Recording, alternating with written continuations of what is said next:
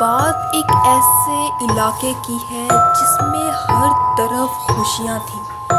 بچوں سے لے کر بڑوں تک سب بہت خوشی سے رہتے تھے، اور اس خوشی کی وجہ ان کا رحم دل بادشاہ تھا جو ہر کسی کو اپنا سمجھتا تھا۔ اس راجا کا ایک ہی اصول تھا، انصاف اور رحم دلی، مگر یہ خوشی اس وقت ختم ہو گئی جب ایک جوڑے کا معصوم بچہ غائب ہو گیا۔ یہاں ایسا کبھی نہیں ہوا تھا، اس لیے وہ بہت پریشان تھے۔ جب یہ خبر بادشاہ کے پاس پہنچی تو وہ بہت حیران ہوا کہ ایسا تو پہلے کبھی نہیں ہوا، تو یہ آج میرے راج میں کیا ہو گیا؟ اگلے دن پھر کسی کا معصوم بچہ غائب ہو گیا۔ اب لوگوں کے دل میں بہت خوف و ہراس پیدا ہو چکا تھا۔ بادشاہ ان سب سے بہت پریشان تھا۔ وہ مزید پریشانی میں چلا گیا اور اس کو ایک تجویز کسی نے دی کہ نجومی کو بلا لیا جائے۔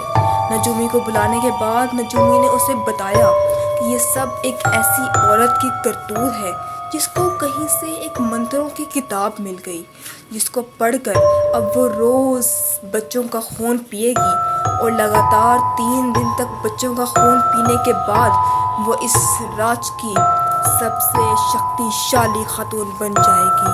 اور آج تیسرا دن ہے۔ بادشاہ نے یہ سنتے ہی اپنے بھائی کو اپنا تخت سنبھالنے کے لیے کہا، اور خود وہ اس خاتون کا خاتمہ کرنے کے لیے جنگل کی طرف بڑھ چلا۔ اور وہ جنگل کی طرف جا رہا تھا۔ راستے میں اس کے دل میں صرف ایک ہی خواہش تھی کہ وہ جلد سے جلد ان پہاڑوں میں پہنچے۔ پہاڑوں میں پہنچ کر اس کو جب یاد آیا کہ نجومی نے غار کی بات کی تھی، وہ اکیلے ہی پہاڑ پر چڑھنے لگا۔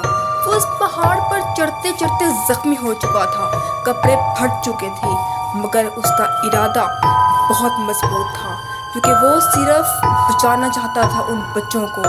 آخر کار وہ غار کے قریب پہنچا اور اس میں اندر چلا گیا، تلوار ہاتھ میں رکھی۔ چلتے چلتے چلتے چلتے آخر کار اس کو وہ عورت نظر آ گئی جس کے گرد 2 بچوں کے سر موجود تھے، جن کا خون وہ چوس چکی تھی۔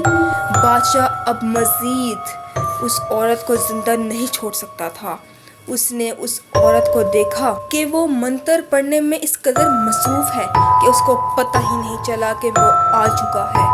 بادشاہ نے پیچھے سے اس عورت پر حملہ کر کے اس عورت کی جان لے لی، اور یوں بادشاہ اپنے اس مشن میں سفل رہا۔ اب بادشاہ بہت خوش تھا کہ اس نے اس تیسرے بچے کو بچا لیا، مگر 2 بچوں کی وجہ سے اس کو بہت دکھ تھا۔ رات بہت ہو چکی تھی، اس لیے بادشاہ نے جنگل میں ہی قیام کرنا مناسب سمجھا۔ وہ بہت تھک چکا تھا، مگر یہ نیند چین کی تھی۔ وہ آخر کار اپنے راج واپس پہنچا، جہاں لوگوں نے اس کا بہت اچھے سے استقبال لیا، کیونکہ وہ جانتے تھے کہ آج تیسرا بچہ اغوا نہیں ہوا۔ اس کا مطلب ہے کہ ہمارے بادشاہ نے ہماری اولادوں کو بچا لیا۔ یہ تھا ایک اچھا بادشاہ۔